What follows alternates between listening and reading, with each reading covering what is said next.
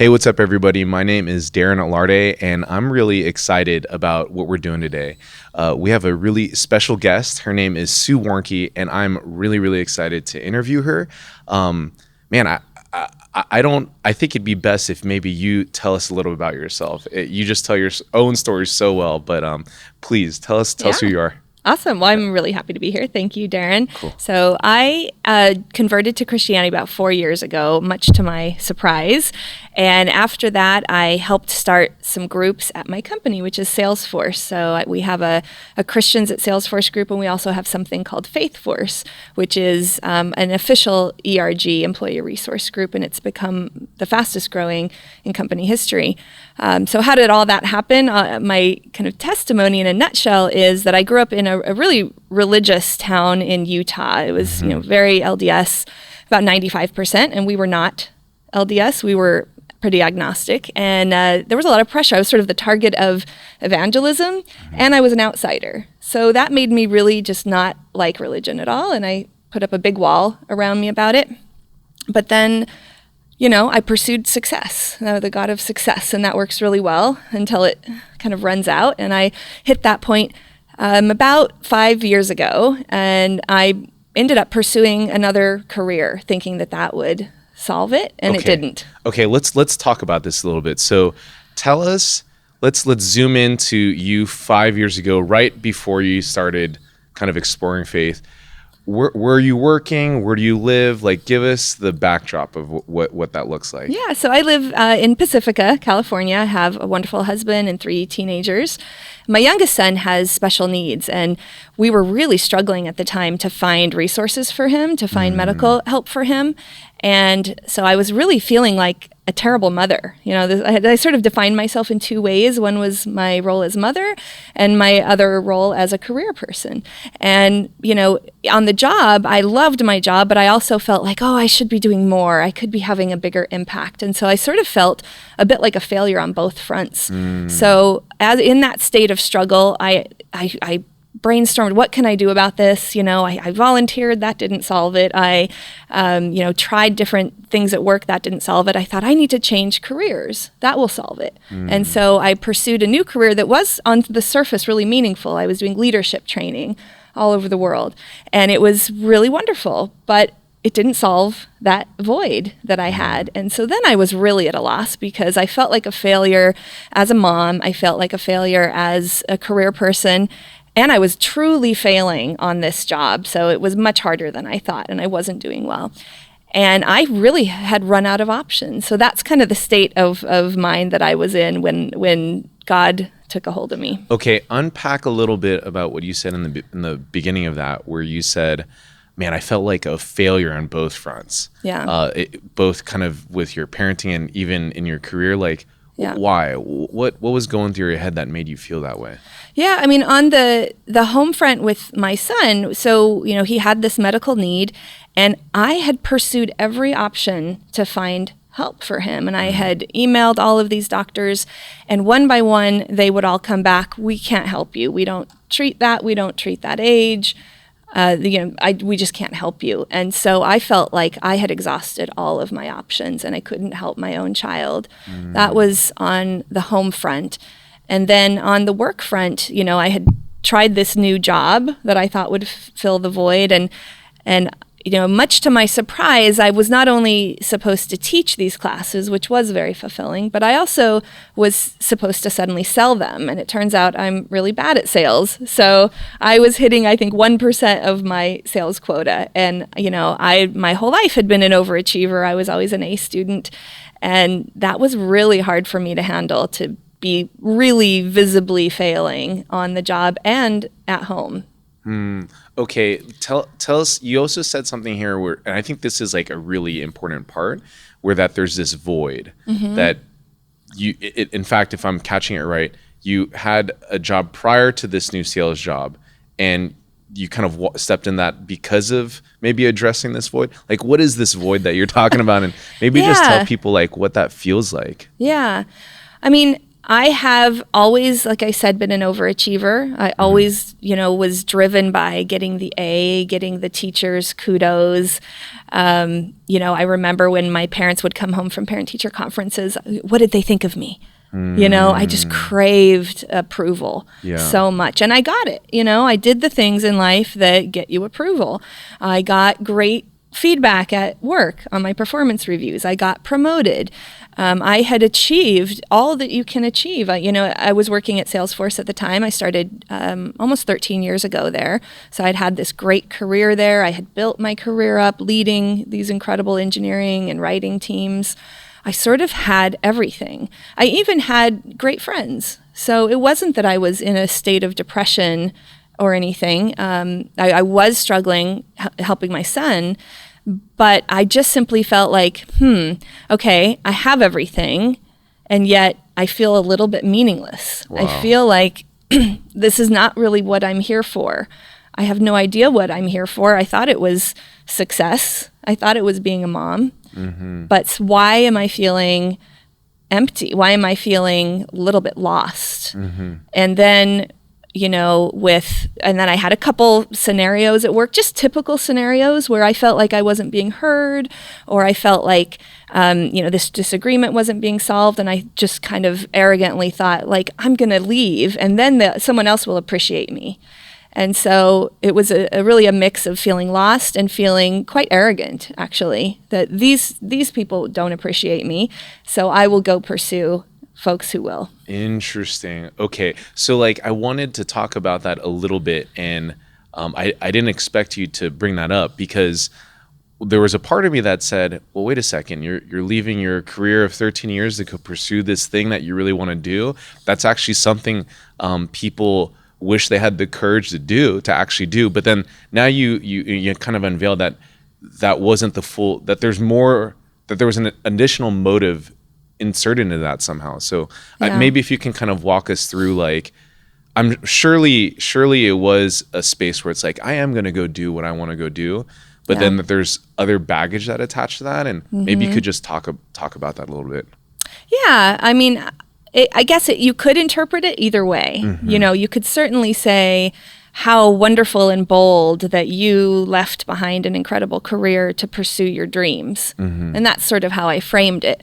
But even at the time, I knew that it was motivated by frustration also, and feeling that I wasn't getting maybe the praise that I deserved or that I thought I was worthy of. And so it was bold to try something new. And I did actually learn a lot. And I did love a big part of that new career of leadership development around the world.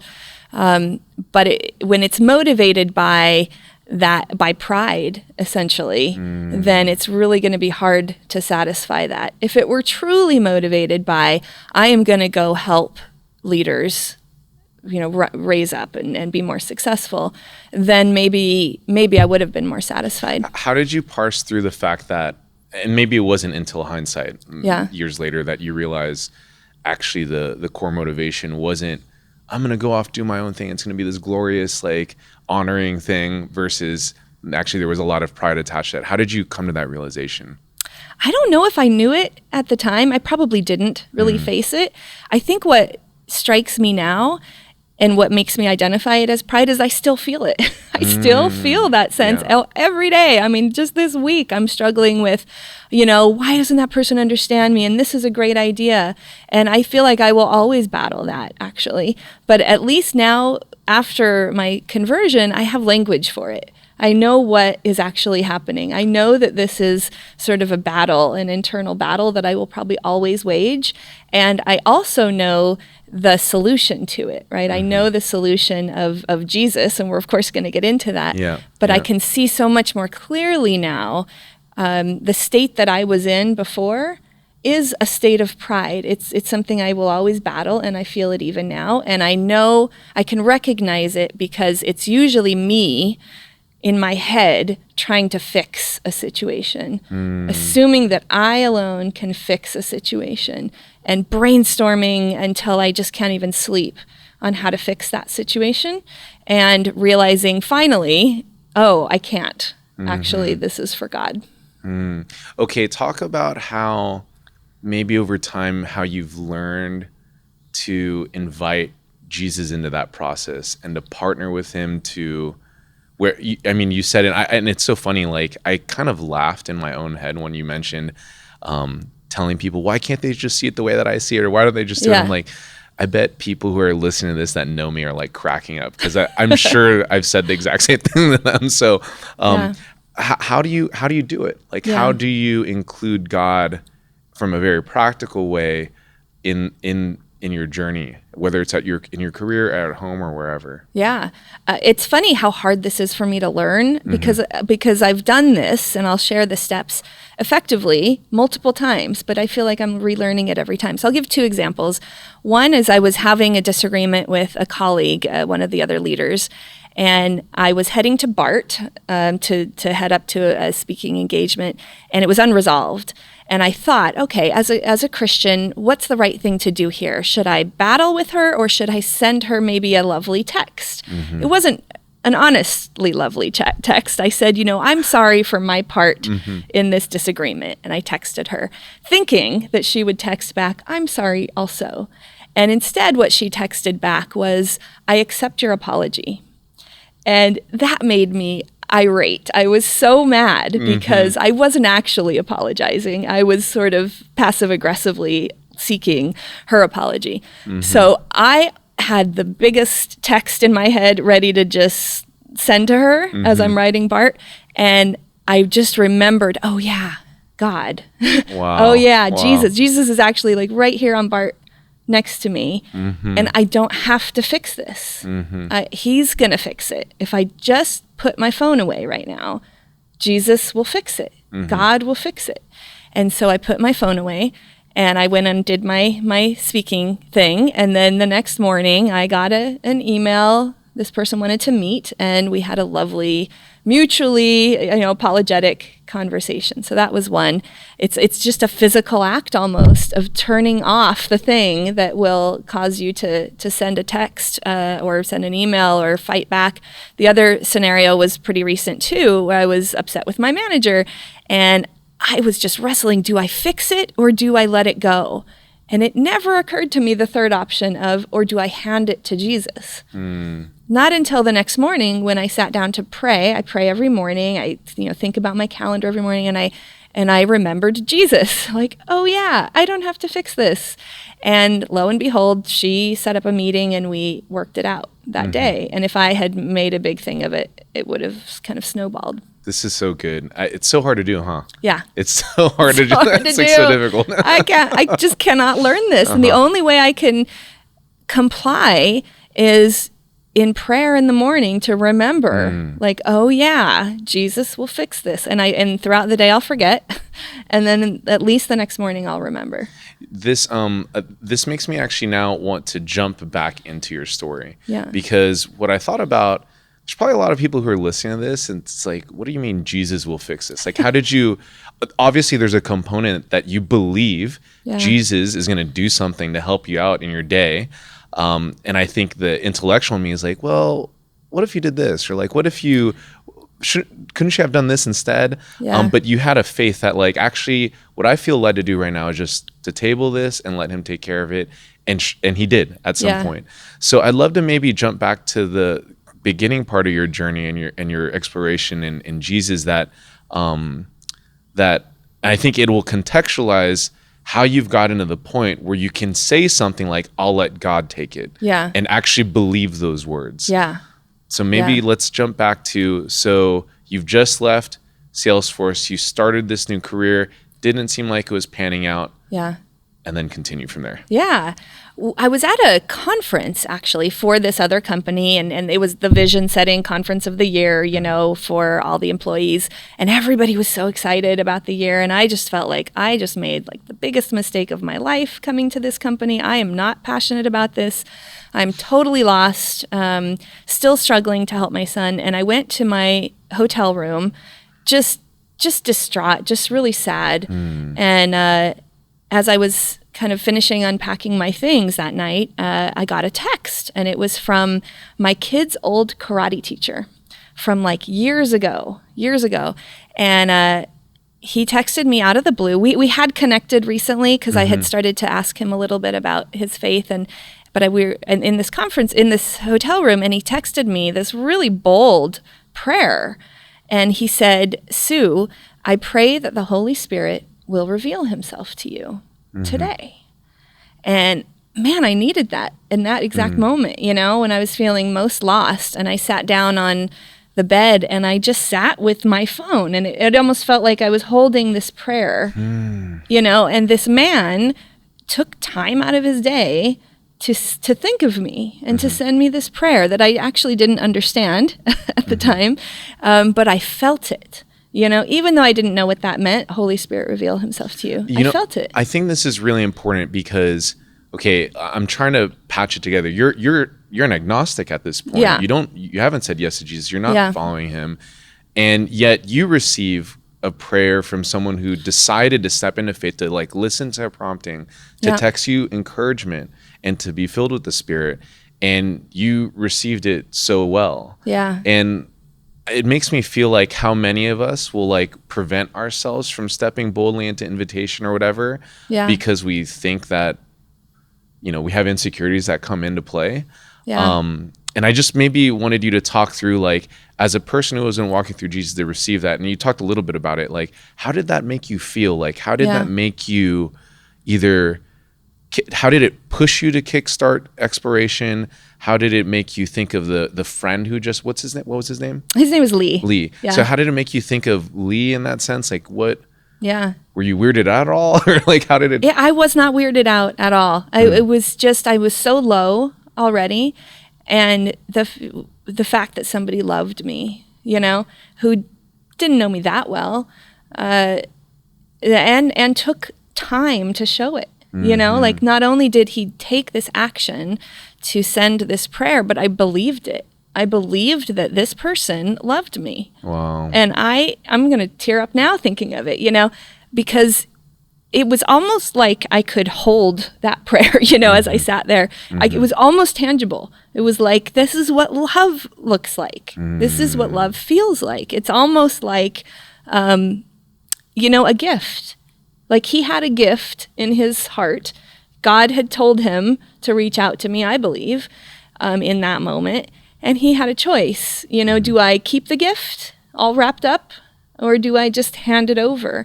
And if, she rejects the gift, so be it. But do I do that? And so I think it was those two things, that he took the time, even knowing that I might think it's crazy, and that he meant it. He really meant it. Wow. Yeah. Okay, so that all happens, and then what? And I kind of missed a good chunk of it, which was just a few like baby stepped promptings that got me to that point of receiving that prayer. There were just a few really weird things that happened like the week before, which was suddenly I was reading some medical journal, and it mentioned God, that like some people rely on faith to help them through medical challenges.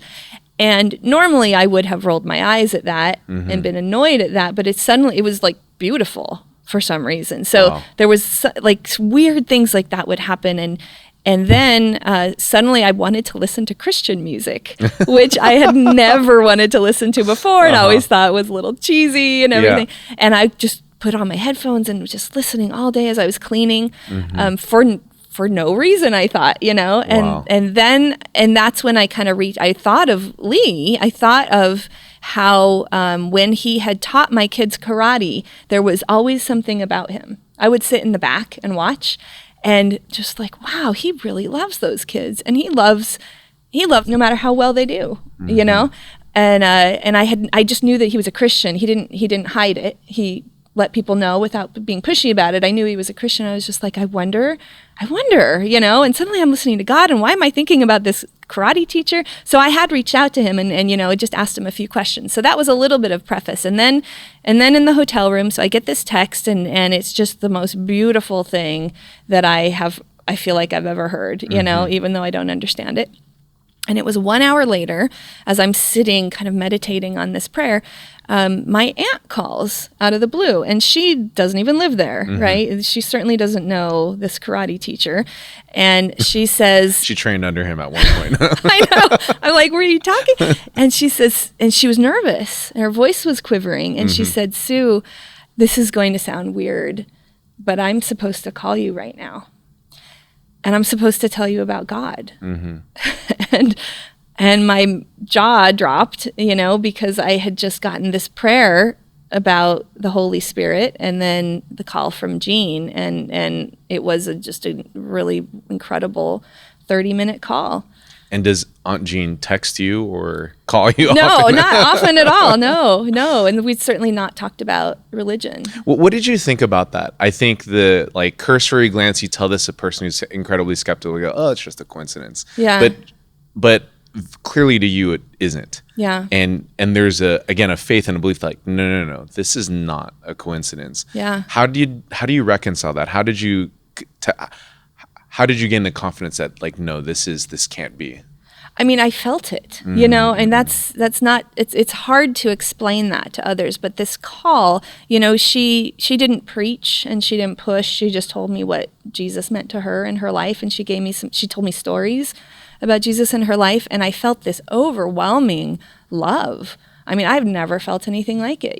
My mom passed away a long time ago, and it felt like I was being hugged by my mom, but it was so much bigger than that. It was just really indescribable. And as she was talking, and it really was 30 minutes, I simply knew. I was like, oh my gosh, this is true. This is all true. And it was a presence. I mean, I really felt in the presence of God. Wow. I remember so when we hung up, I said, I knew I had to make a decision. I had to decide before I hung up what I'm going to make of all this. And I just said, Jean, I believe you. And I hung up and kind of fell to my knees. And I mean, I tell you, the room felt weird. Everything kind of felt weird. And I just kind of cried for 3 hours. And in that time, I repented. That's the one, I tried to pray and I couldn't, I sort of had to relive my life and admit to all of the pride and all of the assumption that I was in control. And it took a while, and I just repented. And then my first prayer came to me, which was, I'm sorry. Wow. And it just kind of opened up a whole new world. Yeah. When I first heard this part of the story, I seriously started crying as well, because it's really powerful. And it hits me that there's something there that once you've accepted the fact that God is real and our Heavenly Father loves us and cares about us, that just like any bad kid who's treating their parents terribly, you're like, dude, I'm just so sorry. I'm so sorry. I'm so sorry. Yeah, absolutely. Like all this time, it was you, and I thought it was me. Like, you're the one that kind of gave me all these blessings and got me to where I'm at and gave me all the training that I have now and all of the gifts, I took that for granted. I took it, I thought I did it. That's incredible. Okay, so you have this really big encounter with God. Yeah. And just that one evening, 2 phone calls, really long prayer. You have work I'm sure you got work the next day, you got to take care of kids. You have to, life goes on. Yeah. But what do you do about that? What do you do now? Yeah, I mean, I was pretty, I didn't really know, but I texted Lee. So after all this happened and I prayed to God, I texted him and I said, you won't believe what just happened. My aunt called on this stuff. And he said 3 things. He said, praise God, get a Bible, read John. So I hunted for a Bible and started to read John and started to learn about Jesus. And then it was a few days later that I went into my local church and I just said, so how do you give your life to Jesus? Wow. Wow. And 4 people prayed with me, and it was messy, and it was didn't matter, I'm sure that I had already given my heart to Jesus in that hotel room, but sort of saying it out loud. And then a few months later on Easter, I was baptized. But to your point, well, what about your life? How did you integrate that back into your life? It was really hard. And maybe just to add something there too, as you're talking about this, Like, you're married, you have kids at this point. Can you give us a little bit of like background on their religious like history? Or are they believers of Jesus? Were they also agnostic? I always try to respect their privacy, so I don't actually talk about them when I'm on video. Okay, I do sure, no problem. if we're off video, but I can definitely say that everybody's on their own journey, and we have a great mutual respect. And I do this at work too. I don't push even though I'm like, I would consider myself a born-again Christian. I mean, that's like a loaded term, but I am full-on committed. And despite that, I'm not pushing it on my family. And many, we share a lot. This is great. Let me throw... I'm so glad that you said that. That's just really makes me want to like honor that and respect what you had just said. The reason why I'd asked that question is I've met multiple people who... and I was hoping that you can give some encouragement. You probably still can. I still can. Where they're married. Yeah. One of the spouses decides I want to explore this, and you know that person has really, they're at the brink of saying yes or have said yes. Yeah. But they feel, because they have a genuine love for their spouse, that, hey, I want them to be part of this journey with me. I want them to know this as well. What type of encouragement do you have for them, that it's like, hey, like, stay the course and that will come? And like, what comes to your mind there? Absolutely. I think the worst thing that you can do is worry about other people's faith journeys. I think that actually pushes people away. And so the best way to help people kind of see who Jesus is and see what he looks and sounds like, I think, is to just be loving and encouraging. Definitely stand tall in your beliefs, own them, don't hide them. But don't worry too much about other people's faith journey. Even if it's your own spouse. Even if it's your own family. Wow. Absolutely. That's so powerful. Yeah. I don't actually worry about it. I know that it's not my job. I know that God's got it. And the very best thing that I can do is be a role model. And it leads to incredible things. So I speak all over the place, share my story, and my daughters often are really proud of that. That's so like, cool. That's so neat, that you do that, Mom. And I think that's a better testimony than me pushing things on them. And luckily we all really support each other and who we are. But no, I don't know why I don't worry about it, but I know fundamentally that is not my job. And if I worry about it, it will only push people away. I think about this a lot. I have kids, they're young, and I too am that's the tension for me. It's like, well, how do I boldly live my faith and even kind of raise them up to know Jesus? And I know that no matter what, and I think this is probably what you're sensing, and feel free to speak on it, is the beauty of it, I think, is that this is a great illustration of how God's relationship is personal to you. It's like, it's your relationship with Jesus, not anybody else's.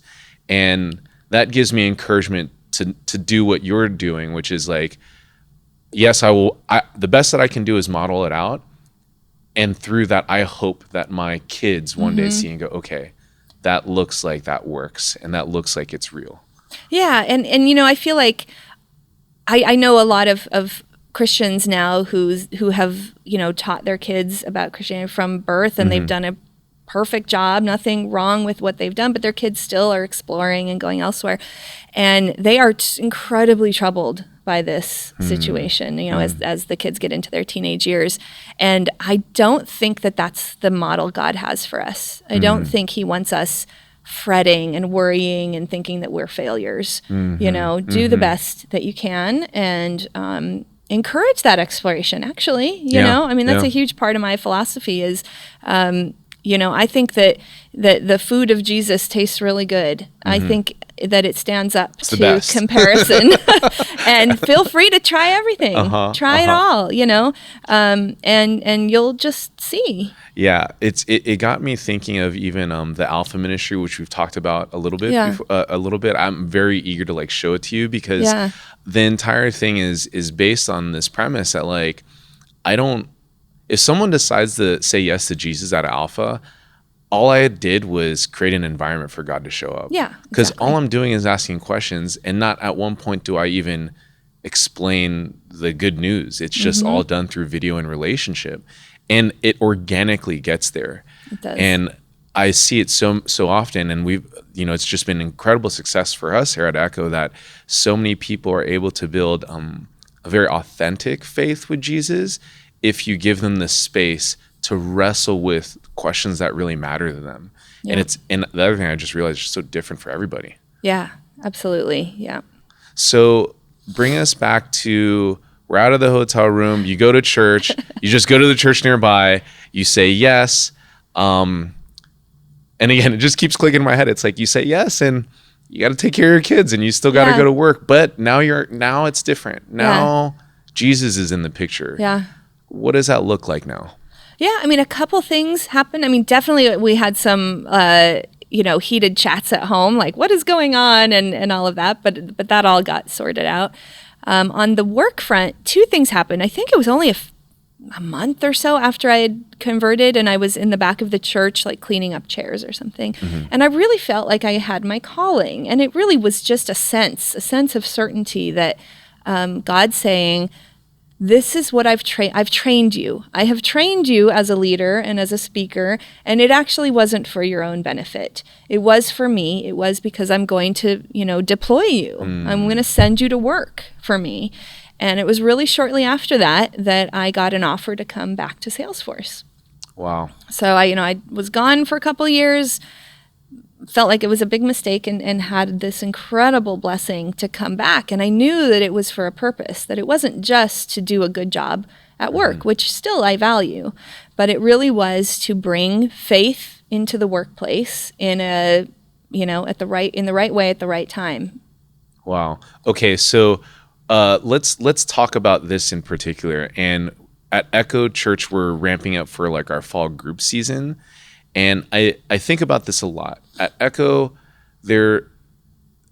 one thing I love to see from people, and I'm not saying that people don't do this, because people do, but there is a way to boldly share your faith and organically allow those conversations to take place and be empathetic and natural and genuine all at the same time. Yeah. And it's kind of hard to do because you just need some time in the saddle and some reps doing it. But you've been able to do an amazing job of this, of just inviting people into what you're doing at Salesforce, or it's, I guess, now known, the thing is called Faithforce. The group is called Faithforce, yeah. Okay. So maybe let's talk a little, let's first off maybe give people just background on what it is that you've been able to do at Salesforce. Yeah. So what Faithforce is, it's, these companies have employee resource groups, right? For various kind of diversity areas. Many of them have, a Latino group, a Black group, LGBTQ. So we didn't have anything for faith. And I knew that we were supposed to, and how do you make that happen? So several little things happen that I can get into, but the end result is we have affinity groups for any different faith, Muslims at Salesforce, Christians at Salesforce, and that's just like a club, really, that anybody can start. You don't get funding for that. But then the broader group is called Faithforce, and that kicked off about 3 years ago, and it became the fastest growing in company history, which surprised everybody because we didn't realize there was such a pent-up demand. I think there's a pent-up demand at every company. It's not weird anymore to have a faith group. It really isn't. At least 20% of the Fortune 100 companies have official, funded, sponsored faith ERGs. And so if that's, the state that you might be in, to kind of bring that into your workplace, I definitely want to encourage folks, because it's been just very successful at Salesforce and at many, many other companies. Yeah, I mean, if we have time, I definitely want to get into it, because when I've heard how you started it, I feel a lot of group leaders or hosts may feel like, who's going to go to my group? Who should I invite? I tried last season and one person showed up. Yeah. And you have you can relate to it. So tell us, like, zoom us in and give us that higher resolution picture of what it looked like for you the day that you're like, you know what, I'm going to try to connect or start or do something around my faith here at work. Yeah. So, I mean, it was my first day back at Salesforce. So, I had been gone for 2 years. I came back. I was in orientation and they give you your laptop.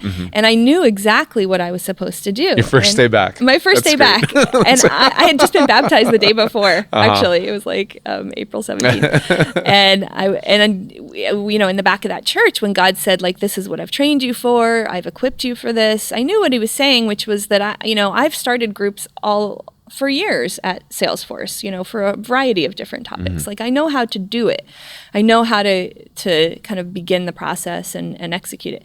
And so he wanted me to start this faith group, and I didn't want to at all, right? I mean, I'm just coming back. I haven't even really outed myself as a Christian. That's so funny. And people don't even know. They know the old me, and it's weird that I'm even coming back, right? So there's Do you watch Silicon Valley? Yeah. I think about that episode a lot. There's, what do they say? The one thing you cannot be is a Christian. That's right? so funny. Yeah, and I sort of carried that too, and I carried the weight of all of the negativity I always thought about religion, right? And all the pressure I had grown up with around religion. So I was like, I don't want to be that. People are going to think that I'm that pushy Christian, but God's telling me I'm supposed to, out myself, and I don't know what to. So it was just a big battle in my head. But I got my laptop. I opened it up, I logged in, and the first thing I did was I searched for the word Christian. And I just felt like God was telling me to do this. So I searched, I found a little group, it's tiny, and not a lot of activity on it, but I'm like, oh, there's a few, And so I posted on there, and I was super nervous. Would anybody like to pray with me? And I was like, do I have to do this? I don't want to do this. And I click send, First day in orientation, I'm sitting there. That's like my first post, I think, back on the job. And I waited and nobody responded, and I thought, oh my gosh, this is so embarrassing, and people are going to see this, and what are they going to think, and should I delete it? But that would look worse. And I just sort of waited. Sorry, I just had that image of wait, I'm pretty sure I got a notification about this. To someone to pray. What happened to that thread? Sorry, I know, right? It's so you can't really delete content. It looks worse in some ways. So I'm like, oh my gosh, what are you doing, God? And I waited, and then eventually somebody replied. I think it was 2 or 3 weeks later. And she said, I would love to pray with you. This is what I was looking for. And I was like, oh my gosh, yes. And we found a conference room, and it was just the two of us. And it was a big conference room too, with glass walls, because that was all we could find. So people could see in even. And we prayed. And it was just this glorious presence of God, because I knew, okay, I can have both. I can be here. I don't have to leave work, and, I don't have to become a nun or something, right? Yeah. I can actually have my job and my career and God all together. I don't have to check this at the door. It's going to work. I don't know how, but this prayer with 2 people in a room shows God's going to do something. And the next week, it was still just 2 of us. But then it was 3, and then 5, and 90, and now I don't even know. It's over 600 all around the world, and we meet for prayer almost every day of the week somewhere. You can log on and pray. That's and incredible. It's totally okay. And then so this is this the Christian? That's prayer the Christian group. But then Faithforce is actually really big. Yeah. So I mean 600 is really big as hell, but let's say Faithforce is now massive. It's actually a movement, it seems like. Yeah. Absolutely. And the Christian group, I feel like that is kind of a ground up sort of group, just people allowed to pray. And but I knew that this needed to also be a top down thing. And God had given me that business experience to know that it's not just about doing your own thing. You gotta also work it into the system, right? And so I searched all around. Is there anybody looking into this? And I found 2 people that were looking into it. It was a Muslim woman in Chicago and a Christian man in Australia. And there was some chatter about it, that they were talking to people about this. And so I jumped on board, and I was like, hey, can I jump on this, rocket ship too? And and they let me, and we just did some research, what are other companies doing? And then I found my way to, I scheduled a meeting with the chief equality officer. It was really hard to do that, but I managed to get a meeting with him, and I prayed about it. And in that meeting, I did just two things. One is I kind of shared some of the research of other companies. And the much more meaningful thing that I did is I told him, I said, I'm a recent Christian. I'm not sure if it's okay to wear my cross. And also, there are these prayer groups happening, these secret prayer groups happening, and he thought like... Funny picture. Yeah, he's like, that's not... I don't want people hiding their cross. I don't want prayer groups happening in secret. That's not the kind of company I want. He now tells that story all over the place. He shares how a Christian woman came and shared that there were these secret prayer groups and how they had to stop. They had to make it okay. They had to make it okay. In fact, I'll share another story at some point about kind of what happened with that story. Okay, but first, I'll share that these other two made an actual proposal for this group. They did all the research, and we showed this can work. And the way it can work is that we're really clear on what we are and what we aren't. What we are is simply just celebrations. We celebrate the different holidays. We give back to the community, do a ton of philanthropy. And then education. We teach managers, okay, if you have a Jewish employee and it's Yom Kippur, don't say Happy Yom Kippur. Give them the time off. Maybe if you're having a big team meal, which we don't have anymore because it's COVID, but if you are, then have kosher food, have halal food, have vegetarian food. We teach people on how to accommodate faith just like any other aspect of identity. And we teach them that it's just as valid as any other aspect of identity. To people of faith, it is the most important aspect of their identity. And that has really landed what we are. And then what we are not proselytizing. We aren't really theological, so we're not comparing texts, the Quran versus the Bible or anything. And we're not political. So this is never a front for any political position. And with those things, and we adhere clearly to them, it has really taken off. And it is interfaith. It's not interfaith theologically. So we're not suggesting all faiths are basically the same. That's an interfaith theology. We're not teaching that whatsoever. It's simply... if you're a person of faith, this is a place where you can come and talk to each other and have celebration. There's so much good stuff in here. I'm going to try to my best to remember the things that I wanted to dive into, but let's give it a shot. So in the beginning of this story, you said, I just felt God was leading me. Yeah. Just felt God was telling me.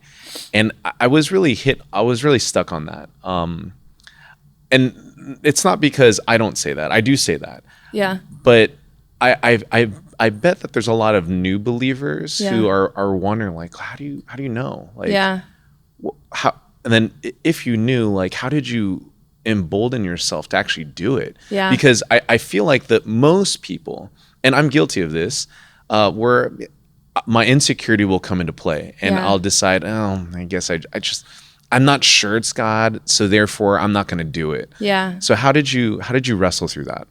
Yeah, I wrestle through that all the time. I mean, this is like the result of 3 years of work and a platform that was really just ripe for this to take off. So it wasn't that I came in and opened the door to this whole thing, right? There's just tons of work that happened ahead of it. So I definitely don't want people to think like, oh, that's the standard. I mean, Salesforce just had already kind of set itself up for this. But the day-to-day, I struggle with insecurity all the time, and especially at the beginning. I remember the day after I was baptized, I had a meeting with another manager. And, baptism, oh my gosh, like this incredibly important day of your life, right? And she said, oh, how was your weekend? Did you do anything yesterday? And I'm thinking, yeah, like I was just baptized. And she doesn't even know I'm Christian.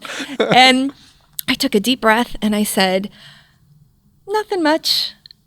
And I've had many instances like that. And then afterwards I'm like, oh, I failed God. And, he opened the door and I closed it. And but luckily God forgives, right? Yeah. So how do I know if it's God? I mean, it's usually kind of an irritating feeling. It's like God and I argue a little bit, and so what I do, I mean, I pray every morning. And what I mean by that is, I at least open my app or the Bible every morning and I read a little passage, and then I look at my calendar. And it's usually when I'm looking at my calendar where I feel like, okay, what am I supposed to do today? Because this day is God's. I believe that we work for God, and that He's given us these opportunities every day. And I sort of like look at the calendar and think, okay, if there's one thing in here where I'm supposed to honor you, like what is it? And usually something will come to mind, like, oh, that one-on-one, you thought it was about solving this problem, but actually that person needs love. Wow. And so I go into it with that mindset that, okay, I'm here for God. I'm a voice and a body for God, on earth. And so I can sort of be more proactive in that moment. I could even imagine when you in that story that you were sharing earlier, like first time the lady, she responds back, she says, I'll pray with you. It took you 3 weeks to get that response. And then you guys are in this big conference room, all glass windows. Yeah. You're a new believer. And I can just imagine many new believers similar to you, like, we're going to pray in that glass room. People can watch us pray. Yeah. When we first started doing the prayer groups, we didn't even call them prayer, because anybody can see your calendar, or they can see the room that we booked. What the name of the meeting is, and so we just called it meetup. It's just a code word for prayer. We can't say prayer, okay? Because people won't like that, and people will judge us and everything. So we did that for a really long time. We had this coded language, but then one day we were like, let's just see what happens. And so we changed it to Christians at Salesforce prayer, and nothing happened. Nothing bad happened. In fact, people saw it and they were like, "Oh, I didn't know that was there. Can I join?" Wow. And so every single person was scared, and I'm still scared. In fact, I just had a one-on-one yesterday where the person sort of mentioned something about faith, and so I leaned into it a little bit, and it was sort of messy. I was like, I noticed that she, we started this faith conversation, and I noticed she was kind of hesitant and nervous about it. So I pulled back, and we just ended up having a work conversation. But it's not a clean process, sharing your faith or bringing your faith into the workplace. And so I think if you feel nervous about doing that, that is totally okay, and to be expected. And I feel nervous every day doing that too. And it's okay if you don't do it 5 times a day, if you just do a baby step. I truly believe that God honors our baby steps. If you want to just look at your calendar and say, what's one meeting today, God, where I could bring your love to somebody? And maybe it's just a compliment, at the end of the one-on-one, by the way, I just really appreciate how you always step in to help me. That's really incredible, and it means so much to me, and it gives me time to do more things. That's a great baby step. I love that. And God will honor it.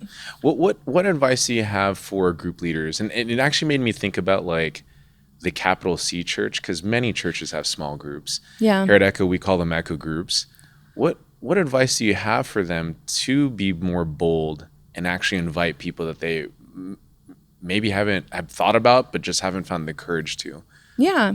One thing that appeals to me, and appealed to me as an early believer too, was when people don't use what I call Christianese, right? When you're not being, using words like sanctification and redemption and all of that, speak in really common conversational speech. That's one. Even say things like, this might sound crazy. That one phrase is really powerful. This might sound crazy, because it acknowledges the elephant in the room. It does sound kind of crazy to some people, and it might sound crazy, but I run this group, and I just felt like I'd love for you to check it out if you're interested. The other thing though is that, I want to say add to that. So you said something really important in that invitation, which is, I love this group. Yeah. And I thought about my first time. There's a guy who goes to our church, Brandon Bloom.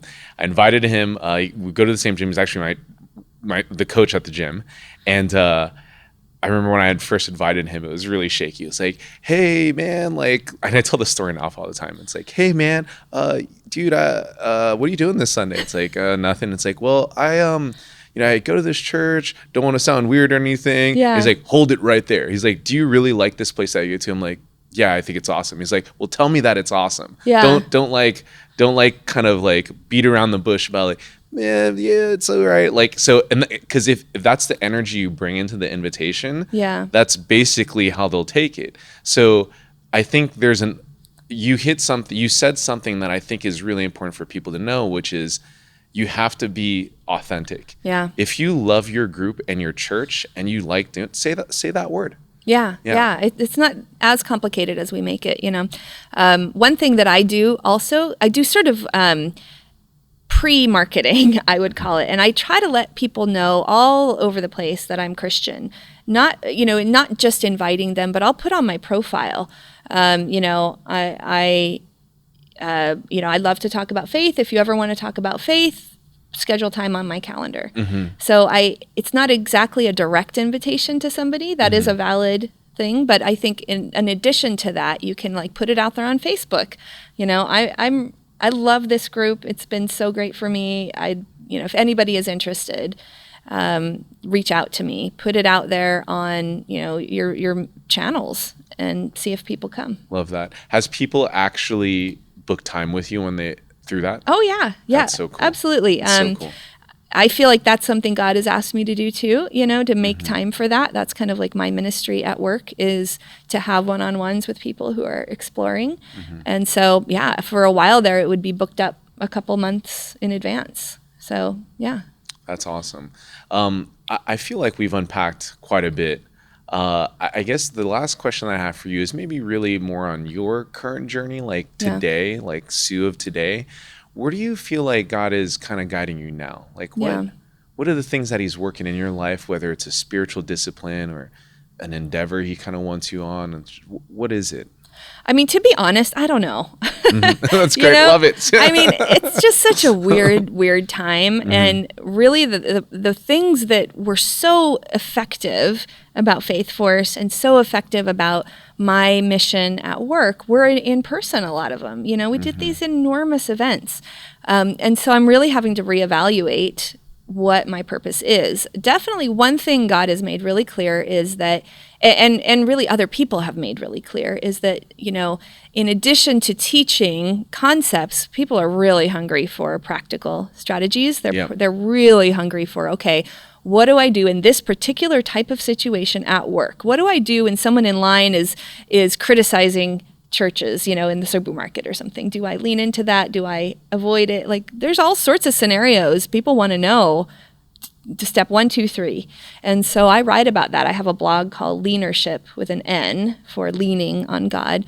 And it's just full of practical strategies, and I give workshops and things like that. That's awesome. Leanership? Leanership.org. Okay. Yeah. Cool. That's fantastic. So that's one thing. I definitely feel that God is leading me toward teaching people how to lean on God in everyday situations. So it's all about kind of making faith practical. But I also want to be honest that a huge chunk of me is kind of lost, and saying like, I don't really know who I am as a Christian in this new world. Maybe we get back to normal, maybe we don't. But I am definitely kind of watching and waiting. Mm-hmm. I think one encouraging thing I'd say around this, and we really developed the language here at Echo over the last few weeks now, and it's around the fact that the church isn't closed. Yeah. So a lot of people would say, hey, when are we going to reopen? When are we going to reopen? Yeah. And it clicked, and Andy's really been pushing this. It's like, we've never closed. Yeah. The church isn't a Sunday only inside a building gig. Your relationship with Jesus is, we have access to him 24/7. And even for me, I'm in the same boat where I'm glad that there's certain spiritual disciplines that haven't slipped, but I do miss interacting with people in person. And I actually, what I need to do is actually need to start praying about how to start integrate integrating parts of this back into my life slowly but surely. Yeah. And I think kind of the message I want to leave with people is when you feel nudged, to do something, that's probably an open door from God. And, just try to step into it. And it doesn't matter how messy it looks. And it doesn't matter if you quote unquote fail, right? Yeah. God will actually bless it. He really will. And you won't even know how. I was telling that story of how the executive didn't want people praying in secret and how that touched him so much. I had no idea that one line would touch him so much. He speaks at conferences and he shares that story. And Mark Benioff, our CEO of Salesforce, was writing a book called The Trailblazer, which is now a bestseller in business. And I was in a planning meeting several months ago, and my manager had made it really clear, I don't want any phones, this is intense planning meeting, I don't want anybody checking their email. But she gave us a little break, and it was a 5-minute break. And on that break, I checked my email, and there was an email, and it said, urgent, must reply ASAP. And I opened it up, and it was the co-author of the book, and she said, we heard about your story of coming to faith and the secret prayer groups and the start of Faithforce. And we'd like to put in a sentence in the book that says, Sue Warnke, a born-again Christian, shared that she was praying secretly. And I had all of 5 minutes to decide if I want in print, Sue Warnke, a born-again Christian, forevermore, right? And I had no idea what the right thing to do was. And I just thought okay, what do you think, God?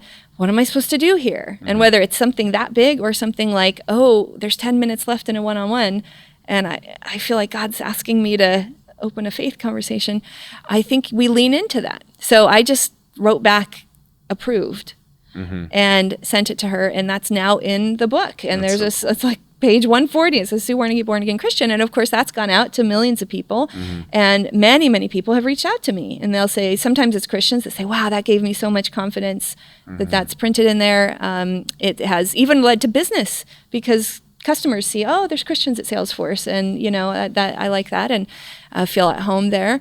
And definitely has led to seekers reaching out to me and saying, let's talk, I want to hear your story. And so you don't necessarily need to lead people all the way through that process, but put yourself out there, stand tall in your faith, even if you're just exploring, stand tall in that. And, obey if you feel nudged, because God will take you places you can't imagine. This is awesome. I'm so thankful for just the authenticity and the genuineness that you have around all of this. And I'm really glad that we were able to unpack just the challenges and truly insecurities that people have with their faith and sharing it. And I think this is really going to bless a lot of people when they get an opportunity to hear it. Thank you. Thanks for having me. Thanks so much, Sue. Okay.